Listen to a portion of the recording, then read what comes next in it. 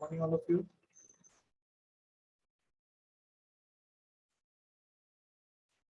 Good morning, sir.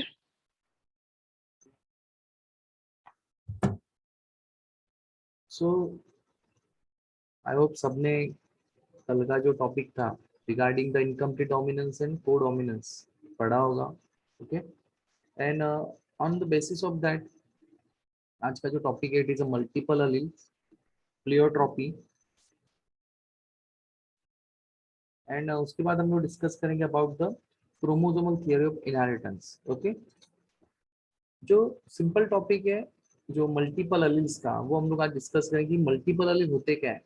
Alleles यानी कि जो सेट ऑफ क्रोमोसोम होते हैं, ओके, जो अल्टरनेट फॉर्म में हो सकते हैं जनरली. तो मल्टीपल का नाम ही है multiple, more than two alternatives अगर कोई ऑर्गेनिज्म में प्रेजेंट है यानी कि क्रोमोसोम सेट है. ओके, इनमें अलग अलग फॉर्म्स अगर बन रहे हैं. इसका माइक ऑन है, please please off the mic. Arhan Sheikh.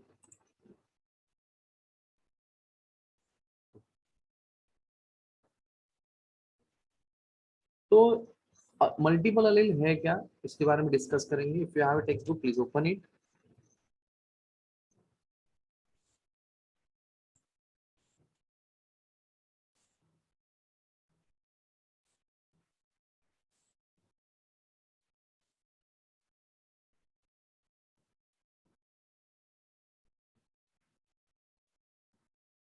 On page number 55,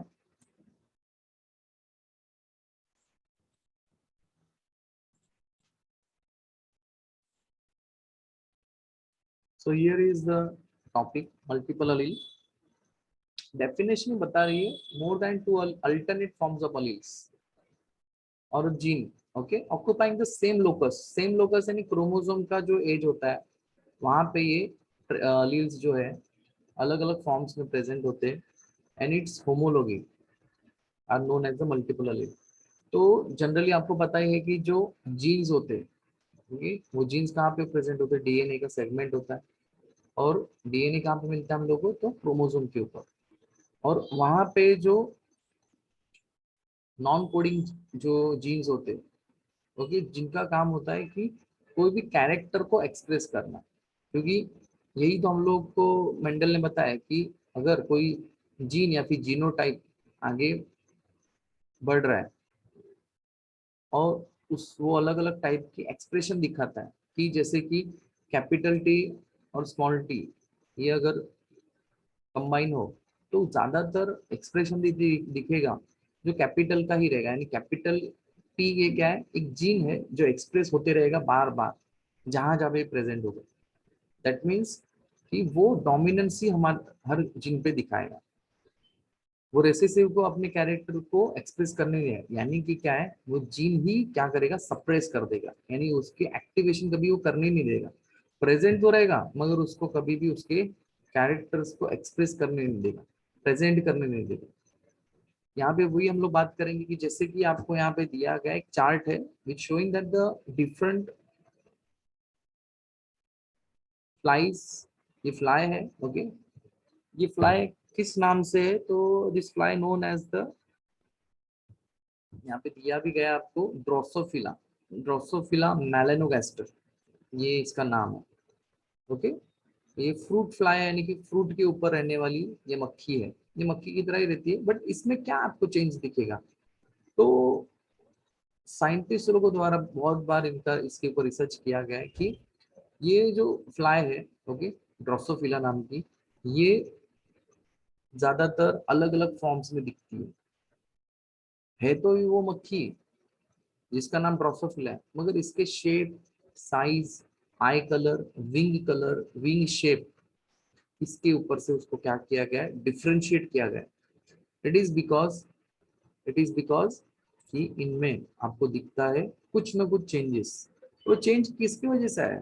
कि सपोज करो फर्स्ट है नॉर्मल विंग वाली यानी कि नॉर्मल फ्लाई है जिसका आई कलर ब्लैक है, उसको विंग्स है, लेग्स है, नॉर्मल है. बट नॉर्मल का अगर जीनोटाइप देखने जाओ तो वो कैसा है? VG, okay, VG plus. ये इसका नॉर्मल जीनोटाइप हो सकता है। बट कभी कभार क्योंकि नॉर्मल, और अगर नॉर्मल फ्लाई है और वो किसी दूसरे फ्लाई के साथ मीटिंग करती है, तो उसमें जो आने वाला जो प्रोजेनी होगा वो कैसा होगा, तो वो कुछ इस प्रकार होंगे कि जिसमें आपको निक्ड विंग यानी कि जिनका विंग जो होता है ना, फ्लाई का पंख बोलते हैं, वो कुछ अलग शेप के रहेंगे। निक्ड हो सकते, नॉच विंग हो सकते, स्ट्रैप हो सकते, स्ट्रैप यानी पट्टे वाले, इन्वेस्टिजल विंग। इस विंग में आपको ऐसे चेंजेस दिखाई देंगे, यानी कि है फ्लाई, बट फ्लाई के विंग्स के अंदर आपको चेंजेस दिखाई देंगे। इस विंग के वजह से ये जो जीनोटाइप मिलता है ये आपको अलग अलग मिलेगा। जैसे कि निक्ड वाले जो होंगे, इसका जो विंग का शेप कुछ ऐसा रहेगा, टूटे टूटे पंख जैसे, वो होगा वीजी एनआई, एनआई यानी निक्ड। नॉच्ड विंग को कैसे पता करेंगे, तो जिसकी विंग का साइज छोटा रहेगा,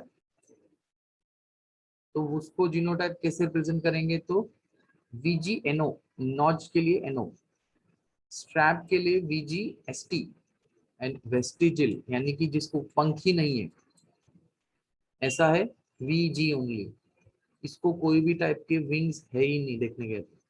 तो ये जो चेंजेस है, ये जो कैरेक्टर डेवलप हुआ है, ये कैसे हुआ है, बिकॉज ऑफ द जीन। ये आपको देखने मिलेगा इसके अंदर, तो ड्रोसोफिला के अंदर।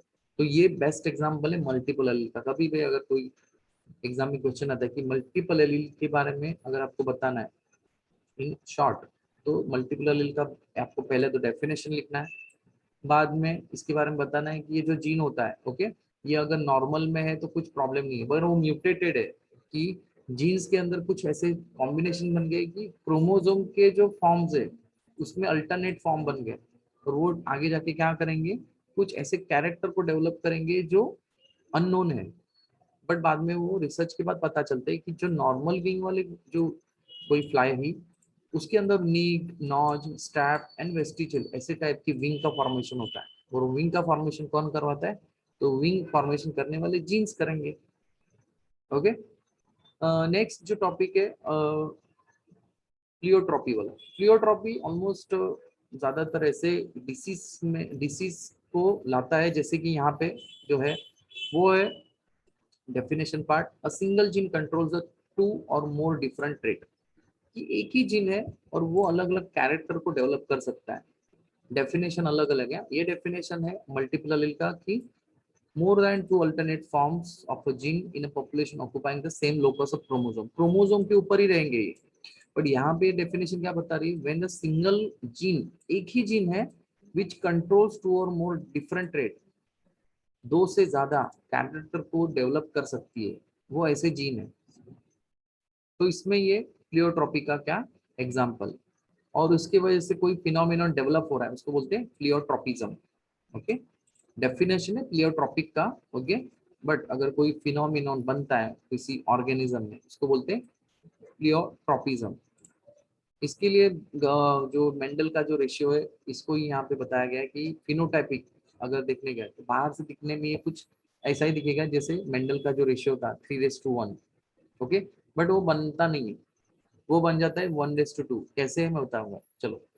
सपोज करो कि हमारे पास एक एग्जांपल है, एग्जांपल हम लोग को लेना पड़ रहा है यहाँ पे, एक जो ऑर्गेनिज्म है, सपोज करो ह्यूमन बींग ही है, जो ह्यूमन बींग को एक डिसीज हुआ है। ओके, या फिर डिसीज नहीं बोल सकते, चलो डिसीज ही ले लेते हैं, कि जिनके मदर के अंदर बोल सकते हैं या फिर फादर के अंदर। ओके, सपोज करो यहाँ पे जो मदर है, फर्स्ट मदर ही ले लेते चलो, या फिर फादर, एग्जाम्पल के लिए आप समझ गए कंसेप्ट को, कि इनके पेरेंट्स जो है, ओके, जिनके पास ऐसे जीन्स है जो ब्लड फॉर्म कर रही है। और कौन सा ब्लड है, तो ब्लड में कैरेक्टरिस्टिक होता है कि हीमोग्लोबिन।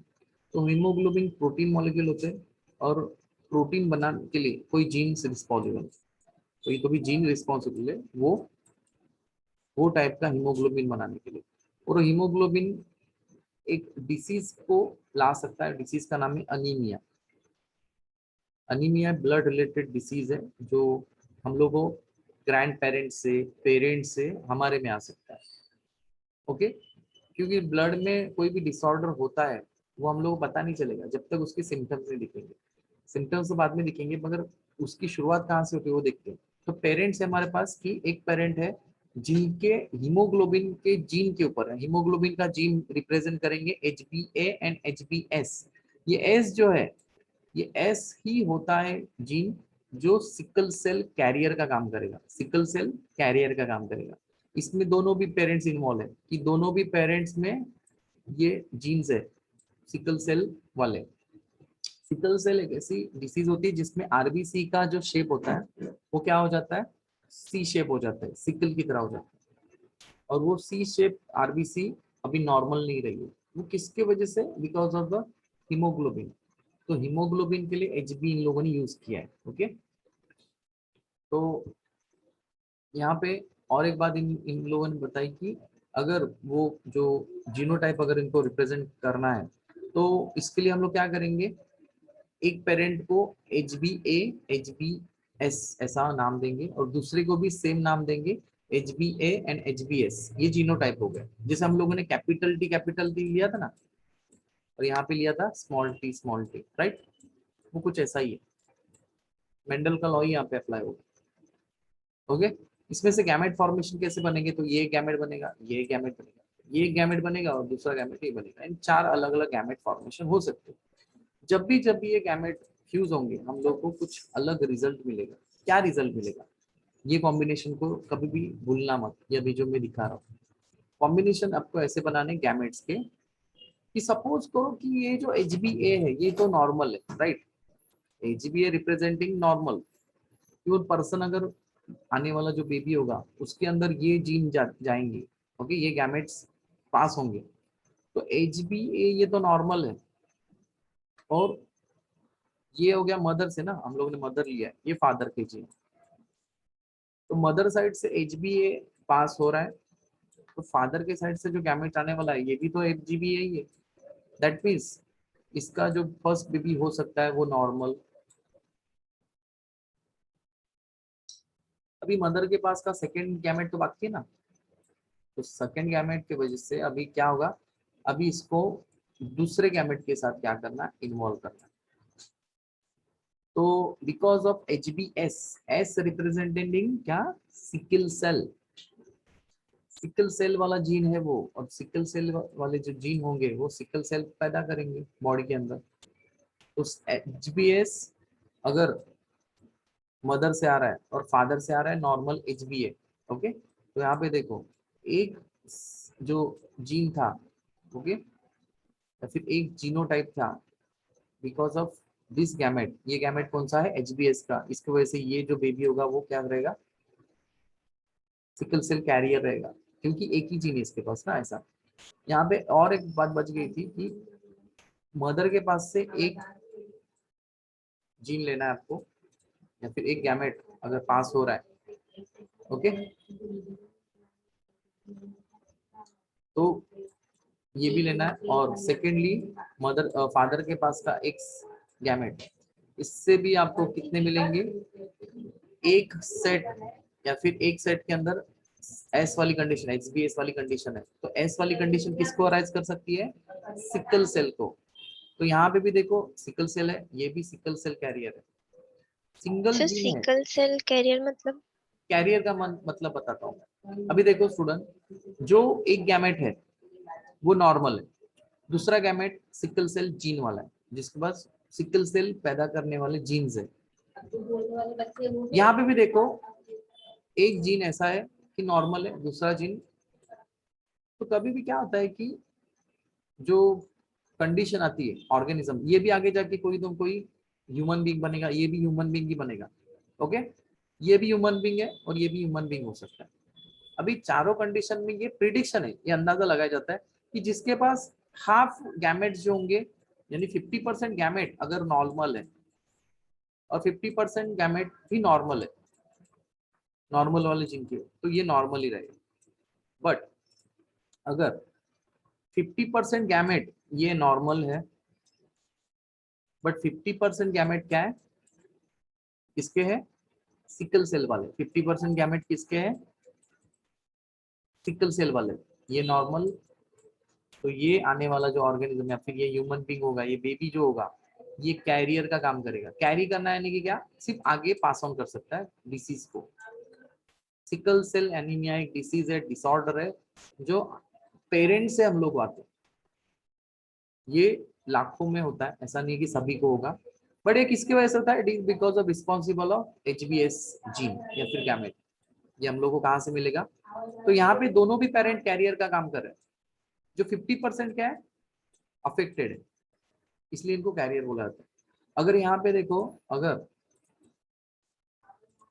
थर्ड थर्ड कंडीशन जो देखो, यहाँ पे देखो, एक पेरेंट के पास से इसने HBS वाला गैमेट लिया और दूसरे पेरेंट के पास से भी HBS का गैमेट लिया। अभी यहाँ पे आप ही बताओ, 50 + 50 कितना होता है?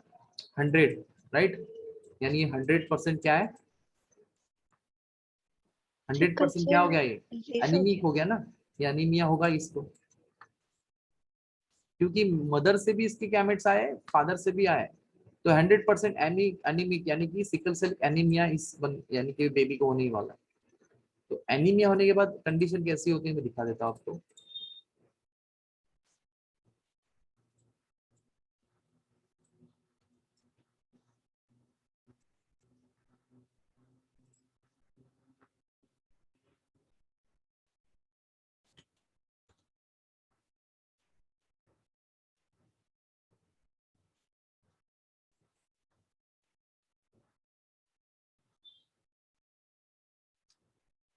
यहाँ पे देखो, जो हमारे बॉडी के अंदर जो ब्लड होता है, ब्लड के अंदर जो आरबीसीज होती है, ओके, तो आरबीसी का जो शेप होता है वो ओवल शेप का होता है, राउंडेड होता है, ओके। बट जो कैरियर होते हैं, या फिर कैरियर में भी इतना दिखेगा नहीं, बट जो एनीमिक होगा 100%, मदर से भी सिकल सेल वाले गैमेट आए, फादर से भी आए, तो इसमें आपको ऐसी कुछ कंडीशन दिखाई देगी। This condition rise with the gene. वो जीन कौन सा था? वो सिकल सेल एनीमिया का था। तो यहाँ पे देखो, नॉर्मल वाले कुछ ऐसे दिखेंगे और सिकल सेल वाले कुछ ऐसे दिखेंगे, सी शेप, ओके। तो ये जो है, ये सी शेप बना है ना, इसकी वजह से प्रॉब्लम आ सकता है। ये प्रॉब्लम कब आएगा तो दिखा देता हूँ आपको, कि जिसमें जो बेबी होंगे वो ज्यादा दिन सर्वाइव नहीं कर पाएंगे। उनको, उनके जो ब्लड वेसल होंगी, ओके, उनके ब्लड वेसल में कुछ ऐसे ब्लॉकेजेस तैयार होंगे,